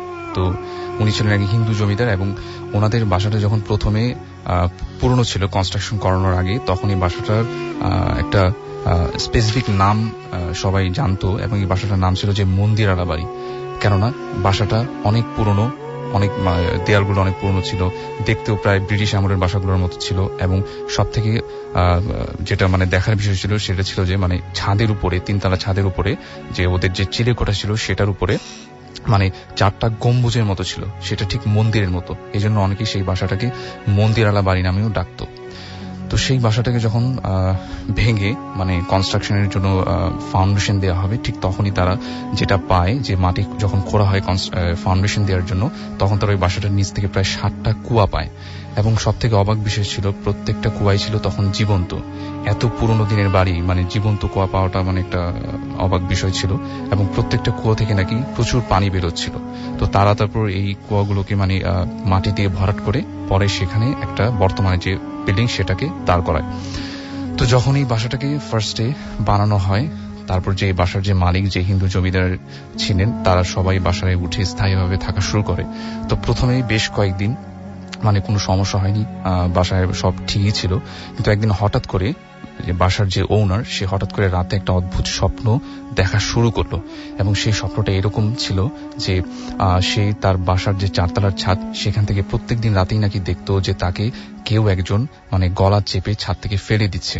এবং সেটা ছিল অনেক ছোট্ট একটা বামুনের মতো মানুষ, এবং তাকে গলা চেপে ফেলে দিত এবং তাকে বলতো যে তুমি কাজটা ভালো করনি। তো এরকম সে প্রায় অনেক দিন, প্রায় 7 থেকে 8 দিন একই স্বপ্ন বারবার দেখতো। কিন্তু তখন সে বুঝতো যে মানে হয়তোবা কোনো রিজন আছে এটার পিছনে, কেননা এই বাসাটা অনেক পুরনো দিনের ছিল এবং তাদের যে বাপদাদার যে মানে কোন একটা হয়তো সমস্যা আগে থাকতেই পারে। তো তারপর সে যেটা করলো যে বাসায় অনেক পুরোহিত ডেকে আনলো, তারপরে সে বাসায় অনেক পুজো দিল। কিন্তু তারপরে যেটা হলো যে এই স্বপ্নটার সাথে দেখা বন্ধ ঠিকই হলো, মানে সে আর এই স্বপ্নটা দেখলো না ঠিকই, কিন্তু কিছুদিন পর বাসার যে যারা যারা সদস্য ছিল তারা মানে হুটহাট করে কিছু ছোটখাটো অদ্ভুত অদ্ভুত জিনিস বাসায় দেখতো। এবং সেটা হচ্ছে যে অনেক সময় ছোট ছোট বাচ্চার কান্না শব্দ সেই বাসা থেকে শোনা যেত হঠাৎ করে। এবং মাঝে মাঝে কেউ হয়তো যখন সিঁড়িতে উঠতো পরে দিয়ে, তখন দেখতো যে কোন একটা কালো ছাই এপাশ থেকে ওপাশে চলে গেছে। এরকম অনেক ঘটনাই ভাইয়া মানে ওখানে তখন জানা যায়। এই ওই বাসাটা মানুষ যারা ছিল তারা দেখতো। আর সব থেকে বেশি কমন যেটা ছিল, যখন কেউ ওই বাসার রুমগুলোতে একা থাকতো, মানে সম্পূর্ণ একা, যখন লাইট অফ করে ঘুমাতে যেত, একটা অদ্ভুত শব্দ তাদের কানে আসতো, সেটা হচ্ছে কেউ অনেক জোরে জোরে নাক ডাকছে। এরকম অনেক কমন ঘটনাই বাসার যারা যারা থাকে তারা সবাই মোটামুটি ফেস করছে। কিন্তু এখন স্পেসিফিক একটা ঘটনা আমি শেয়ার করবো, সেটা হচ্ছে ওই বাসার 4তলায় একটা খ্রিস্টান ভাড়াটিয়া ওঠে, মানে খ্রিস্টান দম্পতি ওঠে, তারা এই ঘটনাটা ফেস করে। এবং তারা যখন ফার্স্টে ওই বাসায় থাকা শুরু করে, প্রথম তারাও মানে কোনো সমস্যা আসলে কিছু একটা দেখেনি। কিন্তু একদিন রাত্রে নাকি যে হাজবেন্ড ছিল, মানে তার হাজবেন্ড আর ওয়াইফ ওই বাসাটায় রাতে থাকতো, ওই রুমটাতে 4তলার যে ফ্ল্যাটটাতে সেখানে থাকতো। একদিন রাতে হাজবেন্ডকে সম্পূর্ণ একা সেই বাসাটাতে রাত্রে থাকতে হয়। তো ঠিক যখন সে রাত্রে মানে তার রুমে ঘুমিয়েছিল, তখন প্রায় গভীর রাত্রের দিকে সে একটা অদ্ভুত শব্দ তার কানে আসলো। সেটা হচ্ছে যে হঠাৎ করে মানে পানি পড়া শব্দ, ঝপঝপ ঝপঝপ করে পানি পড়া শব্দ। তখন সে চিন্তা করলো এত রাত্রে মানে পানি কোত্থেকে আসবে। সে ভালো মতো শব্দটাকে শুনলো এবং সে দেখলো যে এটা আসলে বাইরের থেকে না, এটা হচ্ছে তার রুম থেকে আসলে আসতেছে। এবং এই শব্দটা তার পাশের রুম থেকে আসতেছে, সেটা তার বাথরুম থেকে আসতেছে। মনে হচ্ছে কেউ সেই বাথরুমে গোসল করছে। এবং সেই গোসল করাটা এমন যে ভাইয়া, যে কেউ যদি মগ থেকে পানি নিয়ে বালতি দিয়ে গোসল করে, ঠিক যেরকম শব্দ হবে, ঠিক সেরকম ঝপঝপ করে শব্দ হচ্ছে একটু পরপর। সে তখনও মানে কিছু বুঝতে পারেনি আসলে কি হচ্ছে। সে চিন্তা করে যে আমি পাশের রুমে যেয়ে দেখি, কেননা বাসায় তখন একদম খালি ছিল, তার ওয়াইফও বাসায় ছিল না। এই শব্দ কোত্থেকে আসবে আসলে? সে বাথরুমের সামনে গেল এবং দেখলো যে বাথরুমের গেটটা অর্ধেক ভেড়ানো এবং বাথরুমের লাইটটা তখনও জ্বলছিল। এমনকি সে যখন বাথরুমটা থেকে 2 হাত দূরে, ঠিক তখন তার মনে হচ্ছিল যে বাথরুমের ভিতরে কেউ দিব্যি গোসল করছে। পানির ঝপঝপ শব্দ সে তখনও শুনছিল। কিন্তু যখন সে বাথরুমের গেটটাকে ধাক্কা দিয়ে সরালো, সে দেখলো যে ভিতরে কিচ্ছু নেই এবং ফ্লোরটা সম্পূর্ণ শুকনা, 1 ফোঁটা পানিও সেই ফ্লোরে ছিল না এবং বালতিগুলো সম্পূর্ণ উল্টানো ছিল। তো এটা দেখার পরে সে বেশ ঘাবড়ে গেল। আর এই বাসার কিছু কিছু স্পেসিফিক ঘটনাগুলো সে আগে থেকেই জানতো এবং সে তখন ভয় পাওয়া শুরু করলো যে ব্যাপারটা কি আসলে, এই শব্দ আমি কোত্থেকে পেলাম। সে সাথে সাথে বাথরুমের গেটটা লক করে দিল এবং লাইটটাকে অফ করে তার পাশের রুমে সে ঘুমাতে চলে গেল। সে বেশ কিছুক্ষণ ঘুমালো। ঠিক তার কিছুক্ষণ পরে আবারও একই ধরনের শব্দ আবারও সে শুনতে শুরু করলো, সেই পানির ঝপঝপ শব্দ। এবং মনে হচ্ছে কেউ আবারও সেই বাথরুমে আবারও গোসল করছে। কিন্তু এইবার আর তার সাহস হলো না। সে চিন্তা করলো যে না, এইবার আমি আর পাশের রুমে যেয়ে দেখবো না। এখানে আমি আরেকটা কথা বলবো, মানে সেই যে বেডরুমটাতে ঘুমাচ্ছিল সে তার রুমে আমরা যে ডিম লাইট যেটাকে বলি সেই রকম একটা লাইট জ্বালানো ছিল তার রুমে, মানে ঘুটঘুটে অন্ধকার ছিল না। আর তার যে বেডটা ছিল সেটা হচ্ছে আপনার অনেক উঁচা এবং নিচে যে খালি জায়গা থাকে, মানে বক্স খাট না, এরকম একটা বেডে সে ঘুমাচ্ছিল, মানে নিচে খালি জায়গা। তো সে চিন্তা করলো যে না, এবার আমি আর পাশের রুমে, মানে খাটটা অনেকটা এরকম যে খাটের নিচে ঢোকা যায়। হ্যাঁ রাইট, হ্যাঁ এরকম, মানে এরকম পুরান ঢাকায় আমাদের এরকম খাট এখনো রয়েছে। ওকে। তো সে চিন্তা করলো যে না, আমি আর পাশের রুমে যেয়ে দেখবো না। আর সে তার মানে সে সাহসটা হারিয়ে ফেলছিল। সে চিন্তা করলো যে না, আমি একদম আমার বেডরুমের দরজা খুলে একদম নিচে চলে যাব, মানে নিচে গিয়ে কাউকে যদি পাই তখন কাউকে ঘটনাটা শেয়ার করব, মানে একা সে আর থাকতে পারতেছিল না ভয়ে। তো সে যেটা করলো যে খাট থেকে যখন সে নামতে যাবে তখন সে যেটা দেখলো যে তার খাটের নিচ থেকে দুটা পায়ের পাতা বের হয়ে আসে, এবং সেটা অনেকটা এরকম যদি খাটের নিচে কোন একটা লাশকে রেখে দেওয়া হয় এবং সেটা যদি দুটা পায়ের পাতা বের হয়ে থাকে ঠিক যেমন দেখাবে ঠিক সেরকম। আর ওই দুটা পায়ের পাতা এত মোটা ছিল এবং কালো ছিল যে মানে সেটা দেখে প্রচুর ভয় পেয়ে গেল, এবং তার মুখ দিয়ে একটা কথাও বের হচ্ছিল না। সে ডিম লাইটের মৃদু আলোয় এই জিনিসটা দেখার সাথে সাথে বিছানা থেকে নামার সাহস আর পেল না। সে বিছানায় তার একটা কম্বল ছিল, সেই কম্বলটা মানে মুখের উপর নিয়ে রাখলো যাতে আর কিছু সে দেখতে না পারে, কোনো কিছু যদি আরো ঘটে সে যাতে এগুলো দেখতে না পারে। এবং সে যেটা করলো যে একটু পরে যখন সে কম্বলটা তার মুখ থেকে সরাতে যাবে তখন দেখলো যে সেটা সরানো যাচ্ছে না, মনে হচ্ছে তার উপরে কেউ চেপে বসে আছে, কোন একটা অশুভ শক্তি তার উপরে চেপে বসে আছে এবং তাকে দম আটকিয়ে মেরে ফেলার চেষ্টা করতেছে। তখন সে প্রচুর মানে চেষ্টা করলো নিজেকে ছাড়ানোর, সে কিছুতেই নিজেকে ছাড়তে পারলো না। সে অনেক মানে যেটা করলো যে অনেক মানে নিজেকে বাঁচানোর চেষ্টা করলো, কিন্তু কোনোভাবেই সে আর মানে রেহাই পেল না। হঠাৎ একটা সময় তার আর কিছু খেয়াল নেই তার সাথে কি হয়েছিল, এবং যখন ভোর হয় ঠিক ভোরের দিকে সে যখন দেখে যে সে তার রুমের মেঝেতে পড়ে আছে এবং তার রুমের যা যা আসবাবপত্র ছিল, বিছানার চাদর, এগুলো সবকিছু মানে এলোমেলো, মনে হচ্ছে রুমটার ভিতরে এসে কেউ মানে সবকিছু তছনছ করে গেছে এরকম মনে হচ্ছে। এবং সবকিছু প্রত্যেকটা জিনিস ভাই মানে ওলট পালট করা ছিল তখন, মানে রুমের ভিতরে মনে হচ্ছে কেউ মানে এই রুমে থাকাটা মানে কেউ পছন্দ করতেছে না, এরকম কিছু একটা। এর পরদিন সেই বাসার মালিককে এই ঘটনাটা জানায় এবং সেইখান থেকে মানে তার মানে যা যা ছিল সেখান থেকে মানে সে আর থাকে নাই, সে বাসাটা আর ভাড়া থাকে না এবং সেখান থেকে সে চলে যায়। এই ঘটনাটা আমাকে ওই শাঁখারী বাজারের এক পরিচিত এক লোক আমাকে শেয়ার করে, তো ওই ঘটনাটা আমি শেয়ার করলাম। অনেক ধন্যবাদ ফারনান আপনাকে, এবং আশা করছি যে আপনাদের প্রত্যেকেরই এই ঘটনাটি অনেক বেশি ভালো লেগেছে। আমরা এখন আমরা নেক্সট ঘটনায় চলে যাব, এবং এই মুহূর্তে আমাদের সঙ্গে জয়েন করছেন বাবু ভাই। তিনি তার জীবনের ঘটনাগুলো বলবেন এবং আমরা সরাসরি চলে যাচ্ছি তার কাছে। Thank you, Russell bhai, and happy new year to everyone, all the listeners. আজকে যে ঘটনাটা বলবো সেটা হচ্ছে আমার এক ফ্রেন্ড, ওনার নামটা সঙ্গত কারণে বলতে যাচ্ছি না। ওনার বাসা হচ্ছে মিরপুর পাইকপাড়ায়, এবং ওনার বাসায় ঘটে যাওয়া কিছু ঘটনা এবং বাসা নিয়ে আর কি।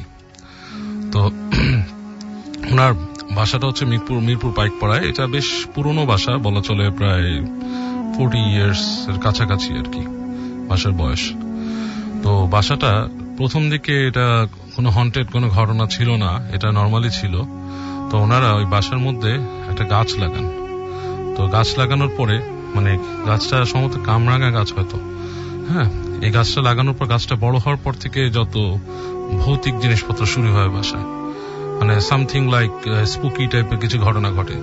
তো এর মধ্যে বাসাটার প্রথম ঘটনাটা যেটা বলি, ওনার চাচা ওই বাসায় থাকতো এক সময়। তো চাচা প্রায় রাতে একটা জিনিস ফিল করতো, একটা রুম ছিল, রুমটার মধ্যে শোয়ার পরে, আর যেটা আমাদের মাসুম ভাই মাঝে মাঝে ফিল করে স্টুডিওতে, যে উনার বুকের উপরে মনে হতো হঠাৎ মানে ভারী কোনো মানুষ, মানে লোমশ কোনো মানুষ এসে ওনার বুকে উঠে বসতো এবং ওনার হাত পা টেনে ধরতো। হ্যাঁ, এটা তো অনেকে আবার ওই যে বোবা ধরা বলে, কিন্তু আমি অনেকে শুনেছি ঠিক জিনিসটা এমনও নাকি না। এবং ওই চাচা উনি সজ্ঞানে থাকতেন। উনি যখনই ওনার বুকে, এবং উনি মানে স্পেসিফিকলি বর্ণনা করছে যে উঠে বসতো সে বেশ বড় টাইপের একজন মানুষ, লোমশ টাইপের, এবং ওনার বুকে উঠে পড়ে ওনার হাত পা টেনে ধরে রাখতেন। উনি একটু নড়তে পারতো না, শব্দ করত, এবং মানে প্রচন্ড উনি গড় গড় করে শব্দ করতো, বাট নড়তে পারতো না। এনিওয়েজ, তো উনি তখন শেষ পর্যন্ত বিরক্ত হয়ে যেটা করে, আপনার কাজের মানুষ যারা আছে বাসার, এরকম দুটো কাজের মানুষকে বলতো, তোমরা আমার রুমের বাইরে থাকবা, আমার যদি এরকম ফিল হয়, তোমরা যখন গোঙানি শুনবা তখন এসে আমাকে ঘুম থেকে উঠাবা। এবং কাজের মানুষ এরকম কয়েকবার করছে কাজটা।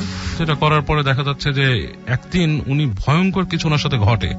ওই দিন উনি একলা ছিল ওই বাসায়, এবং এই ঘটনার পর থেকে উনি বাসা থেকে চলে যায় এবং ওই বাসায় উনি আর কখনই আসে না।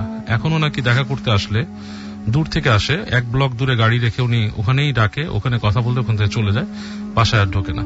তো বুঝতে পারছেন একজন বয়স্ক মানুষ, তিনি বাসায় আর ঢোকে না। So there is something very bad spooky happen to him, যেটা উনি কারোর সাথে আলোচনাও করে না এখন। তো যেটা হয়, একদিন ওই বাসায় আমাদের ফ্রেন্ড বিয়ে করেন, ভাবি দেশের বাইরে থাকেন। তো ভাবি যখন বাসায় আসেন, একদিন রাতে ওনারা ছাদে যান সন্ধ্যার সময়। ছাদে কিছুক্ষণ সময় কাটায় গল্প করে। যখন সন্ধ্যা হয়ে আসতেছে, তো এই সময় বাসায় নামে। তো যখন নেমে আসছে ওনারা দুজন, তো মনে হচ্ছে যে ওনাদের মাঝখান থেকে একটা বাতাসের মতো কিছু একটা প্যাস করে গেছে। তো এটা প্যাস করে যাওয়ার পর ওনার ভাবির কাছে একটু স্পুকি লাগে ব্যাপারটা, মানে কেমন যেন লাগে ওনার কাছে, মানে গা শিরশিরানি একটা ব্যাপার। তো ওনারা যখন নেমে আসে, সিঁড়ির গোড়ায় দেখা হয় ওনার এক চাচার সাথে। তো তিনি বলেন যে তোমরা উপর থেকে আসছো, তুমি দাঁড়াও। উনি খুব পরেশগার টাইপের মানুষ। উনি যেটা করে, ভাবির কপালে হাত দিয়ে দোয়া করে একটা ফু দেয়।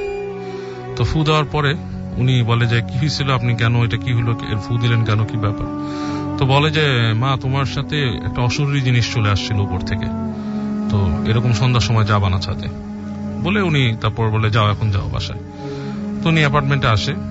তো ওই দিন গভীর রাত, ওই ফ্রেন্ড উনি কাজ করছেন পিসিতে রাতে, ভাবি শুয়ে আছেন বিছানায়, ঘুমায় গেছেন। তো এরকম সময় হঠাৎ করে ভাবি মানে ওনার নাম ধরে আস্তে আস্তে ডাকতেছে।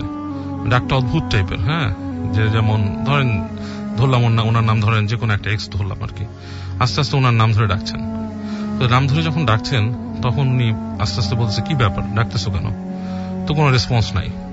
তো উনি একসময় ওই ইসের থেকে, চেয়ার থেকে উঠে যেয়ে ভাবির কাছে যায়, যে বলে কি ব্যাপার, ডাকতেছে কেন? তখন ভাবি মানে থাপ করে চোখ মেলে, এবং চোখ মেলাটা খুব অস্বাভাবিক, যেমন একটা মানুষ যেটা হঠাৎ শুয়ে থেকে চোখ মেলে, ঠিক সেভাবে চোখটা মেলে। মেটে উনি শুদ্ধ ভাষায় কথা বলতেন সবসময়, উনি ঠিক অশুদ্ধ টাইপের ভাষায়, মানে যেটা কলিক্যাল যে টাঙে আমরা কথা বলি, বলে যে আমাকে ডাকছো কেন, উঠালে কেন ঘুম থেকে, এবং গলার টোনটাই ডিফারেন্ট। তো উনি বেশ থতমত খেয়ে যায়। বলে কি ব্যাপার, এবং এতটুকু কথা বলে ভাবি আর কোনো কথা বলতে থাকে না, চুপ করে আসছে, তাকায় আসছে। তো উনি তখন ভাবিকে জোরে ধাক্কা দেয়। তো জোরে যখন ধাক্কা দেয়, তখন মনে হয় তার ঘুমটা দ্বিতীয়বার ভাঙলো। ধর্ম করে উঠে বসে চিৎকার চিল্লাচিল্লি করে যে আমি এতক্ষণ এমন একটা জগতে ছিলাম অন্যরকম, আমি তোমাকে ডাকতেছি, তুমি শুনতেছো না, চিৎকার করে ডাকতেছিলাম তোমাকে। তখন উনি বলে না, এরকম তো কিছু হয়নি, তুমি আস্তে একবার ডাকছো। যাক, রাতটা অনেকক্ষণ ওনারা কাটিয়ে দেয় ওইভাবে আর কি, জেগে থেকে। তো ভাবি তো পরে ওখান থেকে চলে যায়। কিন্তু ওই বাসায় আরো ঘটনা ঘটে। ওই বাসাটাতে ওনার এক ফ্রেন্ড, ওই বাসায় এই ধরনের ঘটনা যেহেতু ঘটে, এবং অনেক সময় অনেক শব্দ শুনে, এটা শুনে, তো ওনার এক ফ্রেন্ডকে উনি এই ঘটনাগুলো বলতো, যে আমাদের বাসায়, ফ্রেন্ড মানে অনেকের সাথে আলাপ করতো, আমাদের সাথে আলাপ করছে। তো বললো যে এরকম আমার বাসায় এরকম ঘটে। সেই একটা ফ্রেন্ড একদিন বলছে, তোর বাসায় কি আছে, সব ফালতু এসব জিনিসের কোনো বেল নাই, হ্যাঁ, আমি এগুলাকে কেয়ার করি না, ভয় পাই না, যাবো তোর বাসায়। তো একদিন ওই ফ্রেন্ডটা আসছে বাসায় দিনের বেলা, তখন এসে বাসায় ঢোকার পরে ওনার যে রুমটা, ওনার অ্যাপার্টমেন্টটা, উনি ওখানে একাই থাকেন আর কি। তো ওখানে ঢুকে বসে ল্যাপটপে কাজ করতেছে ফ্রেন্ডটা। তার ওই বাসায় ঢোকার সময় নাকি ফ্রেন্ডটা বলছিল যে এই বাসায় কি আছে, জিন আছে না কি আছে, আমি এগুলা দেখতে চাই, তোরা পারলে আমার কিছু করিস, এরকম কিছু কথা বলে ফ্রেন্ডটা ঢুকছিল। ঢুকে ল্যাপটপে কাজ করতেছে বসে। তো এই সময় হঠাৎ করে সে শোনে আর কি, এটা হচ্ছে পরে ফ্রেন্ডের কাছ থেকে শোনা ঘটনাগুলো, কিন্তু ফ্রেন্ডটা শুনে যে জানলার মধ্যে কেউ টোকা দিচ্ছে, টক টক টক টক করে একটু টোকা দিচ্ছে, আর বলতেছে আমাকে ভিতরে ঢুকতে দাও, একটা মেয়ের গলা। তো এটা যখন শোনার পরে সে করছে কি, একটু চিন্তায় পড়ছে যে কে এখানে, এবং জানালা যেখান থেকে টোকা মারতেছে ওই জায়গাটা রাসেল ভাই একটা মানে ফাঁকা জায়গা, দুই পাশে আপনার ব্যারিকেড দেওয়া, তালা মারা আর কি, গ্রিল দিয়ে আটকানো, ওখানে যাওয়ার কোনো উপায় নেই আর কি, কোনো মানুষ নর্মালি ঢুকতে পারবে না তালা না খুলে। তো এটা শুনে সে একটু চিন্তা পড়লো, জানলার কাছে যে দেখে কেউ নাই। তো সে তারপর করলো কি, হেঁটে গেল, যে আমার ওই যে ফ্রেন্ড ওনাকে ডাকলো, ডেকে বললো যে এই তোর বাসায় আমি আসছি, এখান থেকে আমি শুনতেছি কে জানলা নক করে বলছে আমাকে ঢুকতে দেয় একটা মেয়ের গলা। আমার ফ্রেন্ড বলছে ফাইজলামি করিস নাকি, চল। সে আবার আসছে, এসে উনি জানলাটা খুলছে। জানলাটা খুলে বাইরে যখন তাকাইছে, কেউ নাই, পুরো জায়গাটা ফাঁকা, তালা মারা, ওখানে ঢোকারও কোনো অপশন নাই। তো বলতেছে যে এখানে তো কোনো অপশন নাই, কে ঢুকছে বলে সে বলতেছে এরকম জানলার দিক বাইরে তাকায়, কে ঢুকলো এসে। হঠাৎ করে সে পিছনে ফিরে তাকায় দেখে একটা আয়না ছিল, ওনার ফ্রেন্ড চেয়ারে বসা, আয়নাটার দিকে তাকায় আছে এবং তার শরীরটা ফ্রিজ হয়ে গেছে, লাইক লকড। মানে একটা মানুষ যখন লকড হয়ে যায় না, ধরেন অনেক সময় মানুষ দেখা যাচ্ছে পুরো মানে শরীর শক্ত হয়ে গেছে একটা পজিশনে, লকড। তো উনি তাকে বলে যে এরকম কেন, কোনো ফাজলামি করতেছে, কিছু করতেছে? তো উনি এসে করে কি ওকে ধাক্কা দেয়, বলে দেখে ধাক্কা দিয়ে নড়াচড়ার কোনো খবরই নেই। আর ফ্রেন্ডটা ছিল খুব লিন অ্যান্ড থিন, খুব হালকা পাতলা গঠনের, মানে ধাক্কা দিলে, এবং আমার যে ফ্রেন্ডের কথা বলতেছি উনি বিশাল, উনার আকৃতি বিশাল, হি অ্যাবাভ 6 ফিট টল, 6 ফিটের উপরে উনি লম্বা এবং বেশ স্বাস্থ্যবান। উনি যখন ধাক্কা দিচ্ছে বন্ধুর কিন্তু সরে যাওয়ার কথা, তো বন্ধু দেখছে নড়তেছেও না, শরীর এত স্টিফ। তখন উনি করে কি তাকে একটা লাথি দেয় জোরে, লাথি দেওয়ার পরও দেখে যে সে নড়তেছেই না। তখন উনি কি করে, ওনার চাচাকে ডেকে নিয়ে আসে ঘর থেকে, আরেক ফ্ল্যাট থেকে, যায় আসো ও এরকম ব্যবস্থা, কি ব্যাপার। তো দুইজনে মিলে নাকি তাকে উঁচাও করতে পারে নাই, কোনো মতো ছেঁচড়ায় আপনার ড্রয়িং রুমে নিয়ে আসে, লিভিং রুমে নিয়ে এসে বসায়। তখন তাকে ওই যে অনেক করা হয়, দোয়া পড়ে ফু দেয়, পানি ছিটায়, এটি করার পর আস্তে আস্তে এক সময় তার সে হুঁশ ফিরছে, কিন্তু সে কথা বলতে পারতেছে না, সে ইশারায় বোঝাচ্ছে যে সে কথা বলতে পারতেছে না। তো এই অবস্থায় তাকে অনেক দোয়া টোয়া পড়ে ফু দেয়, পানি খাওয়ায়, তখন তার হুঁশ আসে। তখন জিজ্ঞেস করে যে কি ব্যাপার, তুই এরকম হয়েছিলি কেন? তখন নাকি সে বলে যখন ওই ফ্রেন্ডটা দরজা খুলছে আর কি, জানলাটা খুলে যখন কথা বলতেছে, এই সময় সে পাশের আয়না দিয়ে দেখে একটা মেয়েটা এসে তার দিকে তাকায়, হাসে এবং মানে সামহাও তার কাছে এসে তার ভেতরে ঢুকে যায় আর কি, এবং সে ওখানে ওরকম ভাবে ফ্রস্টের মতো হয়ে যায়। হ্যাঁ, এবং সে প্রচন্ড ভয় পেয়েছে। এরপর থেকে সে ওই বাসায় আর আসে না। এরপর ওই বাসার লাস্ট ঘটনা যেটা শুনলাম, which was like 2 to 3 days ago, 2 দিন বা 3 দিন আগে, এই নতুন বছরই সম্ভবত, ওই ফ্রেন্ডের কাজিন ওনার বাসায় আছে, আর বোনরা আছে আর একটা রুমে শুয়ে আছে ওখানে। তো রাতের বেলা ওনার কাজিনকে, ছোট কি স্কুলে পড়ে, ওকে বলতেছে যে you know what, I can sense জিন। রাতের বেলা ঘুমানোর আগে বলতেছে আই ক্যান সেন্স জিন, আমার মনে হচ্ছে এখানে জিন আছে। এটা বলার সাথে সাথে তো কাজিন বলতেছে তা তুমি দুষ্টুমি করতেছো। হ্যাঁ, এটা বলার সাথে সাথে দেখে তার রুমে মধ্যে দরজায় ধপ ধপ করে নক করছে দুইটা, এবং দুইটা নক যখন করছে তখন তারা কি করছে, আস্তে করে উঠছে, বিছানার থেকে উঠে হেঁটে গেছে। উনি গেছে, আমার ফ্রেন্ডটা গেছে, উনি যে দরজা খুলছে দেখে করিডোর ফাঁকা, কেউ নেই করিডোরে। তো আরেক রুমে বোনরা শুয়ে ছিল, তাদেরকে জিজ্ঞেস করছে, তারা একদম ঘুমে বেঘোর, তারা উঠেই নেই। কাজিন ভয়ের চোটে বলছে আমি এখানে থাকবো না তোমার সাথে, তোমার এখানে ভয়ের ব্যাপার স্যাপার আছে, আমি তোমার আপুর রুমে যা শুবো। তো ও করছে কি, সেই ওদের রুমে গেছে, যে ওই আপুর হাজবেন্ড ছিল ওনাদের সাথে থাকার জন্য রুমে ঢুকছে। উনি ওদেরকে ঢোকায় দিয়ে যখন আবার ব্যাক করে রুমে আসছে, রুমে এসে গেটটা লাগানোর সাথে সাথে দেখে আবার ধপ ধপ করে নক দরজার মধ্যে। উনি ভয়ের চোটে ভয়ও পাইছে, আবার দরজা খুলছে সাথে সাথে। দরজাটা খোলার সাথে সাথে কেউ নেই, করিডোর ফাঁকা। উনি তাড়াতাড়ি দরজা লাগাই দিয়ে শুয়ে পড়ছে। তো এটা হচ্ছে লেটেস্ট ঘটনা, এই 2 দিন আগে ঘটছে ঘটনাটা।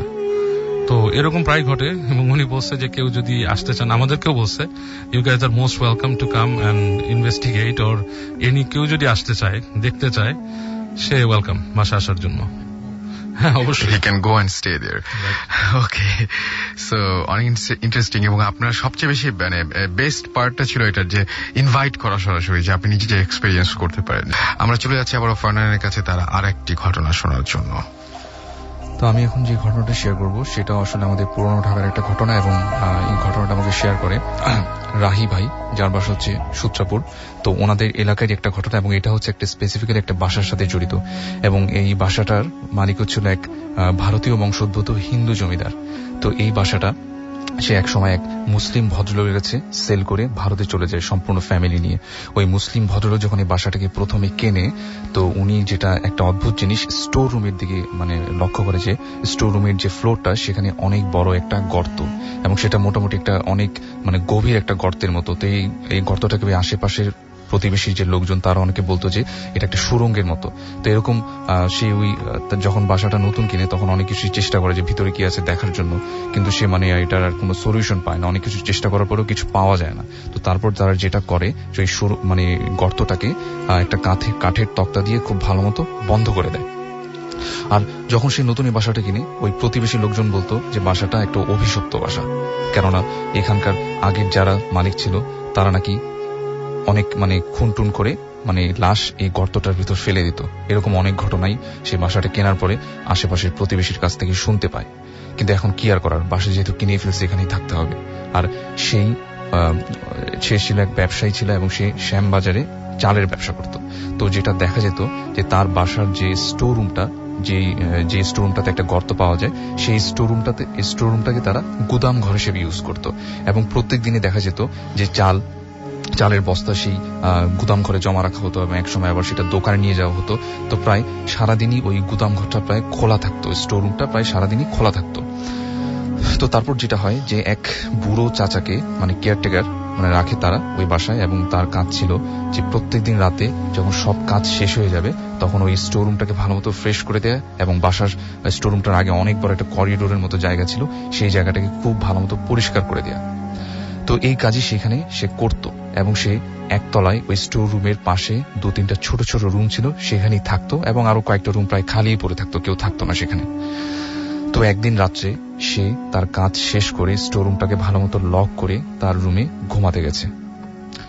তো গভীর রাত্রের দিকে তার কানে একটা শব্দ আসলো, সেটা হচ্ছে হঠাৎ করে মনে হচ্ছে কেউ যেন গেট নক করছে, এবং সেটা গেট নক করছে ওই স্টোর রুমের ভেতর থেকে। মনে হচ্ছে যে স্টোর রুমটাতে একটা গর্ত ছিল, ওই স্টোর রুমটা থেকে মনে হচ্ছে ভেতর থেকে কেউ অনেক জোরে জোরে গেট নক করছে। এবং এটা শোনার পরে তার ঘুম ভেঙে গেল এবং সে ভয় পাওয়া শুরু করলো যে কি ব্যাপার। স্টোর রুমটাকে সে একটু আগে তালা মানে লক করে আসছিল, কিন্তু হঠাৎ করে সেটার ভিতরে আবার কে থেকে যাবে, মানে সেখান থেকে কেই বা গেট নক করবে। খুব আনইউজুয়াল একটা বিষয় ছিল। এবং সে নাকি ওই যে বিশাল বড় করিডোরটা ছিল সেখানেও কিছু অদ্ভুত অদ্ভুত শব্দ শুনতে পেত, এবং সেটা হচ্ছে অনেকটা কেউ যদি লাঠিতে ভর দিয়ে হাঁটে, মানে কারো যদি পা খোড়া থাকে এবং লাঠিতে ভর দিয়ে হাঁটে যেরকম ঠুকঠাক একটা শব্দ হয় রাতের বেলা, ঠিক সেরকম একটা শব্দ সে শুনতে পেত। মনে হচ্ছে করিডোরের এপাশ থেকে ওপাশে এবং ওপাশ থেকে এপাশে কেউ হাঁটে। তো এইগুলো মানে সে মানে শুনতো এবং প্রচুর ভয় পেত। এবং এই বাসার আগের যে ইতিহাস সেটাও তার জানা ছিল, মানে এরকম আশেপাশে লোক থেকে শুনে সে মানে জানতো যে বিষয়গুলো। তো তখন মানে সে তার সাহস হতো না যে রুমের দরজাটা খুলে দেখবে যে কে হাঁটে আসলে। সে প্রচুর ভয় পেয়ে যেত। এভাবে প্রায় মোটামুটি রেগুলারে সেরকম কিছু একটা শব্দ সে শুনতে পেত প্রত্যেক দিন রাতে। এবং সে একদিন চিন্তা করলো যে না, এই ঘটনাগুলো বাসার যে মালিক সেই মালিককে বলে দিবে। এবং সে মালিককে বলল, কিন্তু বাসার মালিক তার কোনো কথাই বিশ্বাস করলো না। সে বলল যে তুমি বুড়ো হয়ে গেছো, মানে উল্টাপাল্টা শুনেছো, এগুলো আমার ঠিক না আসলে, মানে এরকম কিছু হচ্ছে না আসলে। তো তার কথা কেউই বিশ্বাস করতো না। এভাবে আরো কয়েকদিন কেটে গেল, এবং তারপরে একদিন রাত্রে সে তার কাজ শেষ করে মানে স্টোর রুমে ভালো মতো লক করে সবকিছু মানে পরিষ্কার করে করিডোরটাকে ভালো মতো ঝাড়ু দিয়ে তার রুমে ঘুমাচ্ছে। ঠিক গভীর রাতের দিকে আবারও সেই মানে গেট নক করার শব্দ, কিন্তু আজকে গেট নকটা স্টোর রুম থেকে হচ্ছে না। আজকে শব্দটা শোনা যাচ্ছে তার রুমে কে যেন এসে গেট নক করছে, এবং সেটা কয়েকবার নক করার পরে তার নাম ধরে কে যেন একবার একটা পুরুষ কণ্ঠে ডেকে তারপর একদম নিশ্চুপ, আর কিছু শোনা যাচ্ছে না। তখন তার ঘুম ভেঙে যায় এবং সে মনে করে হয়তোবা দোতলায় বাসার যে মালিক থাকেন ফ্যামিলি নিয়ে, হয়তোবা সেই হয়তোবা তাকে নক করে ডেকেছে কোনো একটা কাজের জন্য। সে যেটা করে যে রুমের দরজাটা খোলে এবং সে যেটা দেখে যে সম্পূর্ণ করিডোরটা একদম খালি, কোনো মানুষ নেই, কিচ্ছু নেই। কিন্তু একটু আগে সে কে যেন তাকে ডেকে গেছে। সে যখনই রুমের ভিতরে ঢুকবে এবং দরজাটা লাগিয়ে দিবে, সে তার চোখে পড়লো করিডোরটার আরেকটা প্রান্তে কে যেন দাঁড়িয়ে আছে, মানে দূরে অন্ধকারে সে ঠিক মতো অস্পষ্টভাবে একটা মানুষের প্রতিচ্ছবি দেখতে পেল।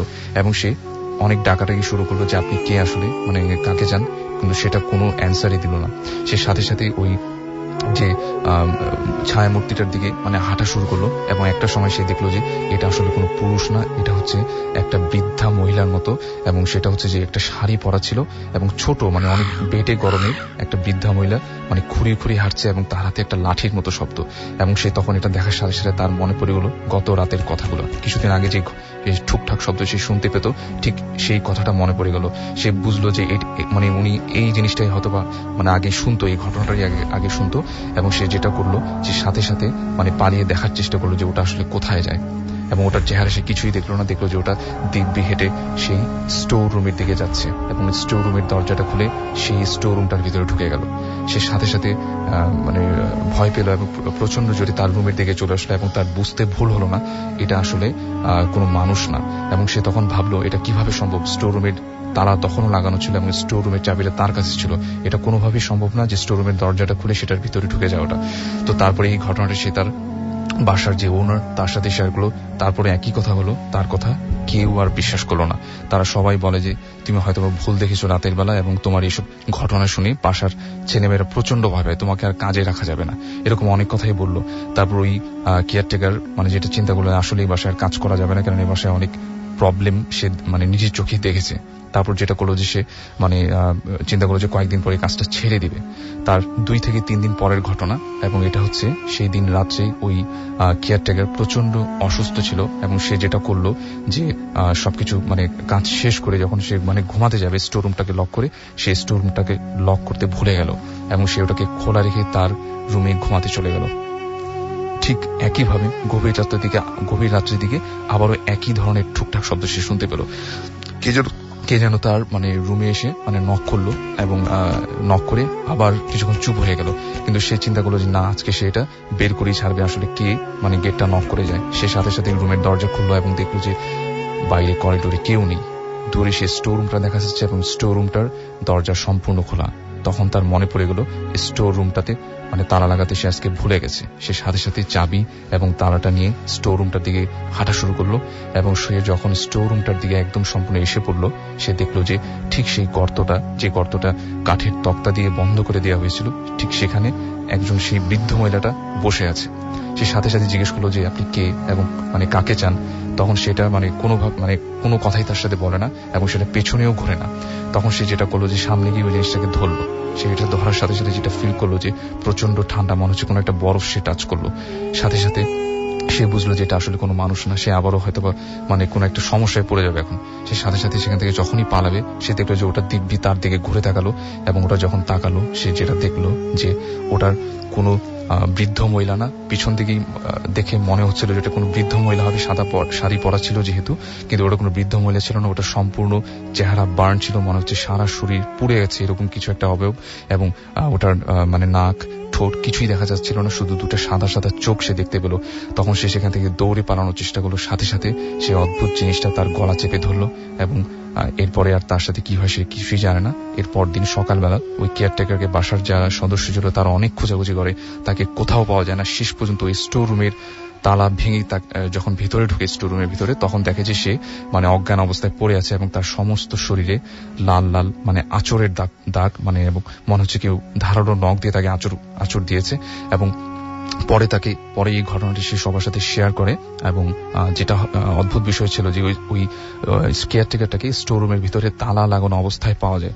এবং অদ্ভুত বিষয় সেটা হচ্ছে যে এই তালাটা আসলে কে লাগালো তাকে বাইরের দিক থেকে। তো এই ছিল ঘটনা আমার। Thank you. অনেক ধন্যবাদ ফারনান। রাত তখন 9টা। বাস ছাড়ল, উদ্দেশ্য কক্সবাজার। ইচ্ছা যেন সকাল সকাল পৌঁছানো যায়। ও বলতেই ভুলে গেছি, আমরা ইংরেজি বিভাগ থেকে ট্যুরে যাচ্ছি। যদিও নবম ব্যাচ থেকে আমি একাই, তবে একা লাগছে না, কারণ সবাই খুব বন্ধুত্বপূর্ণ। কিন্তু আরমান ভাই আবার কোনো এক কারণে আমার উপর রেগে আছেন। একটু মজাই না হয় করলাম, তাই বলে এত ভাব নিতে হবে? যাই হোক, বেশ আনন্দের সাথেই এগিয়ে যাচ্ছে আমাদের বাস। আমরা প্রায় 40 জনের মতো আছি। বাসের পেছনের কয়েকটা সিট ফাঁকা পড়ে আছে। চারদিকটা কেমন যেন থমথমে। হঠাৎ নীলভাই গিটারে সুর তুললেন। মুগ্ধ হয়ে শুনছে সবাই। এর মধ্যেই আমার চোখ পড়ল রিমি আপুর দিকে। তিনি এমনিতে সবসময় বেশ চঞ্চল থাকেন, তবে আজকের এমন একটা আনন্দের দিনেও তাকে একদম চুপচাপ দেখে বেশ অবাকই হলাম।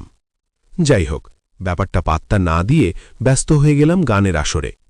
কখন যে ঘুমিয়ে পড়েছি মনে নেই। হঠাৎ সবার চেঁচামেচিতে ঘুম ভাঙল। দেখলাম সবাই বাস থেকে নামছে। বুঝলাম সামনের হোটেলে রাতের খাবারের ব্যবস্থা করা হয়েছে। সবাই নেমে গেলেও খেয়াল করলাম রিমি আপু নামছে না। বুঝলাম কিছু একটা গড়বড় নিশ্চয়ই আছে। কাছে গিয়ে দেখি সবসময় হাসি খুশি থাকা আপুটা ভয়ে একদম চুপসে গেছে। জানতে চাইলাম কি হয়েছে। প্রথমে বলতে না চাইলেও অনেক জোরাজোরিতে রাজি হলেন, তবে শর্ত হল ভয় পাওয়া যাবে না। মেনে নিয়ে বললাম, চলেন খেতে খেতে শুনি। আপু যা বললেন তা শুনে আমি হতভম্ব। এটাও কি হতে পারে? উনি নাকি গত রাতে স্বপ্নে দেখেছেন আমরা যে বাসে ট্যুরে যাচ্ছি সেটিতে নাকি কয়েক বছর আগে কিছু দুষ্কৃতিকারী ডাকাতি করে এবং একটি মেয়েকে নির্মমভাবে শেষ করে দেয়। তারপর থেকে সেই মেয়েটির অতৃপ্ত আত্মা নাকি এই বাসেই আটকে আছে। এ তো গেল স্বপ্নের কথা। মূল ভয়ের কথা হল রিনি আপু বাসে ওঠার পর থেকেই খুব অস্বস্তি বোধ করছেন। উনি নাকি কয়েকবার দেখেছেন পেছনের ফাঁকা সিটের কোনো একটিতে একটা রক্তাক্ত মেয়ে বসে আছে। মেয়েটির চুলগুলো এলোমেলো, লাল টকটকে চোখ দুটো যেন কোটর থেকে বেরিয়ে আসতে চাইছে। চেহারাটা অসম্ভব ভয়ঙ্কর। আবার মাঝে মাঝে ঘাড়ের কাছে কার যেন নিঃশ্বাসের শব্দও শুনছেন। যাই হোক, বেশ খানিকটা ভয় পেলেও সেটা প্রকাশ করলাম না, বরং আপুকে সাহস দিয়ে বললাম আমার পাশের সিটে বসার জন্য। খাওয়া শেষে আবার বাস চলতে শুরু করল। গভীর রাত, বাস চলছে। হঠাৎ একটা হাড় হিম করা বিকট চিৎকার শুনতে পেলাম। আপুর দিকে তাকিয়ে বললাম, কিছু শুনতে পেলে? উনি ভয়ে ভয়ে হ্যাঁ বোধক উত্তর দিলেন। তাকিয়ে দেখলাম বাসের বাকি সবাই গভীর ঘুমে আচ্ছন্ন। তার মানে এই ভয়ঙ্কর চিৎকার শুধু আমরা দুজনেই শুনতে পেয়েছি। তখন নিশ্চিত হলাম যে এই বাসে অতিপ্রাকৃত কিছু অবশ্যই আছে। কিন্তু সবাইকে রেখে আমাদের কেন পেয়ে বসল, স্পেশালি আপুকে? চিন্তাটা মাথায় আসতেই আপুকে জিজ্ঞেস করলাম ক্যাম্পাস থেকে বাস ছাড়ার আগে উনি বাসের আশেপাশে গিয়েছিলেন কিনা। উনি বললেন হ্যাঁ। সাথে সাথে গুগলে সার্চ দিলাম, বাসে একটি মেয়ের মর্মান্তিক মৃত্যু। যে কয়েকটা ছবি আসলো তার মধ্যে একটি মেয়ের ছবির সাথে রিমি আপুর চেহারায় অদ্ভুত মিল খুঁজে পেলাম। যা বোঝার বুঝে নিলাম। এই জন্যই এই আত্মা আপুকে ভয় দেখাচ্ছে। তবে গণ্ডগোল একটা থেকেই যাচ্ছে। এই আত্মা এত সহজে আপুর পিছু ছাড়বে না। হঠাৎ দেখি আপু আমার পাশে নেই। এ কি, উনি তো আমার পাশেই ছিলেন। আমি সিট থেকে বের না হলে তো উনি বের হতে পারবেন না। তাহলে উনি গেলেন কোথায়? ভয়ে আমার হাত পা ঠান্ডা হয়ে এলো। সামনের সিটে বসা ফারহান ভাইকে ডেকে বললাম, ভাই, রিমি আপুকে দেখেছেন? উনি কোথায় গেলেন? ফারহান ভাই অবাক হয়ে আমার দিকে তাকালেন। বললেন, তুই কি পাগল হলি? রিমি তো ট্যুরেই আসেনি, ও তো অসুস্থ বলে বাড়িতেই আছে। কথাটা শুনে আমার শরীরের রক্ত হিম হয়ে গেল। ঠিক এমন সময় চোখ পড়ল জানালার বাইরে। দেখলাম হাইওয়েতে অন্ধকারে একটা মেয়ে দাঁড়িয়ে আছে, ঠিক পূর্বের বর্ণনার মতো ভয়ঙ্কর। আর তার পাশেই দাঁড়িয়ে আছে আমাদের রিমি আপু। নাকি ওটা রিমি আপুর মতো দেখতে অন্য কেউ? হতভম্ব হয়ে ভাবছি, আসলে বাসে আমার পাশে এতক্ষণ কে বসেছিল?